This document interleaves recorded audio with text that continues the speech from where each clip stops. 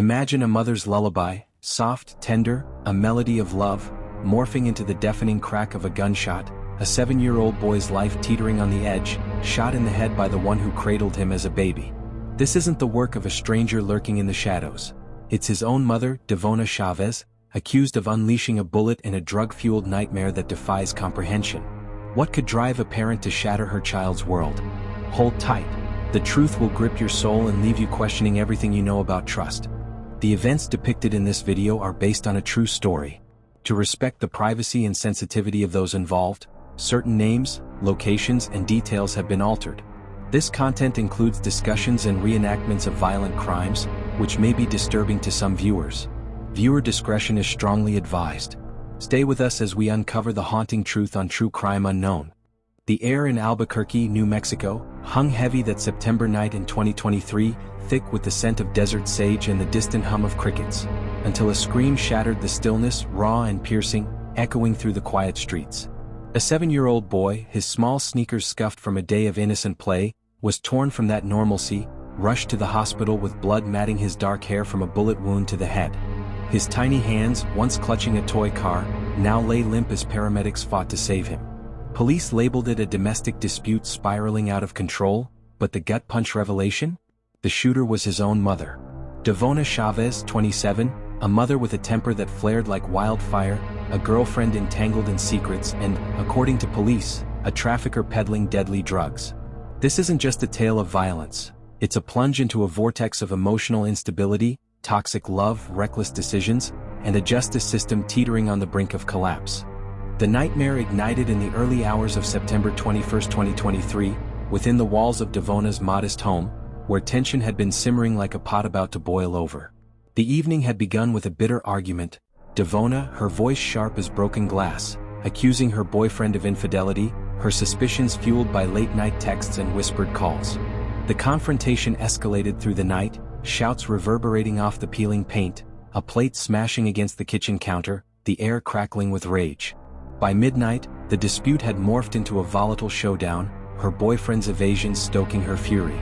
Fearing for her life after years of heated exchanges, Davona scooped up her son and retreated to a cramped bedroom, where relatives, wide-eyed and whispering, offered a fragile sense of safety.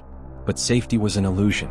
Instead of dialing 911 or seeking peace, Davona's desperation took a dark turn. She summoned a cousin with a chilling demand: bring her 2 loaded firearms.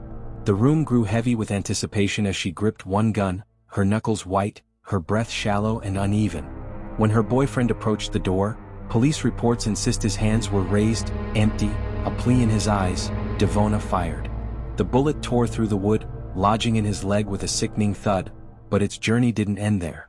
It punched through the wall, striking her son's fragile skull with a force that silenced the room. Pause and let that sink in. Picture the scene in slow motion. The boy perched on the bed, his tattered blanket clutched tight, his eyes sparkling with the innocence of a child unaware of the storm. Then, bam, the world explodes.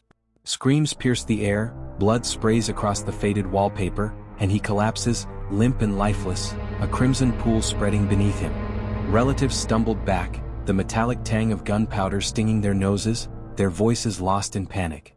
He was whisked to the hospital in a blur of sirens and shouting, surgeons diving into emergency procedures, their scalpels flashing under harsh lights as they battled to save his life.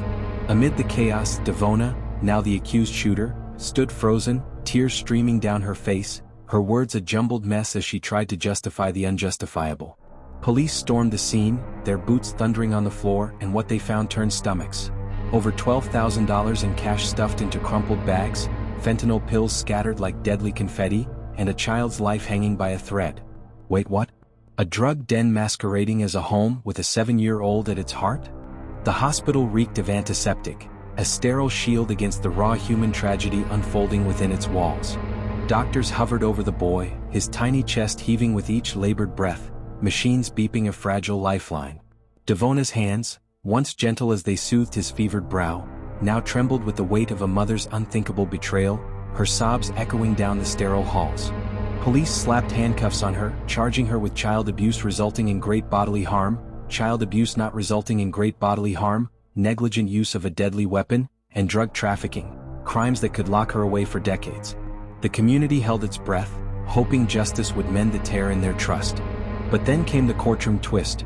Her defense spun a tale of fear, claiming she acted in self-defense, a panicked shot gone horribly astray. Prosecutors, in a move that left jaws dropped, agreed to a plea deal: 5 years of supervised probation, no prison time, no felony record. No punishment for shooting her son, for flooding her home with fentanyl's poison, for shattering a child's safety. The outrage swelled like a tidal wave, a primal wound to the belief that a mother's love should shield, not destroy. This tragedy didn't erupt from nowhere. Neighbors had long murmured about Davona's volatile temper, her boyfriend's secretive late-night exits, and shadowy figures slipping in and out of the house. Hints of a drug trade whispered in hushed tones. Child welfare had flagged the home months earlier, reports of neglect and instability stamped with inaction, a failure that now stains the system's reputation. The boy survived, a miracle wrested from the jaws of death, but his scars run deep, physical from the bullet's path, emotional from a mother's gun, invisible yet etched into his soul.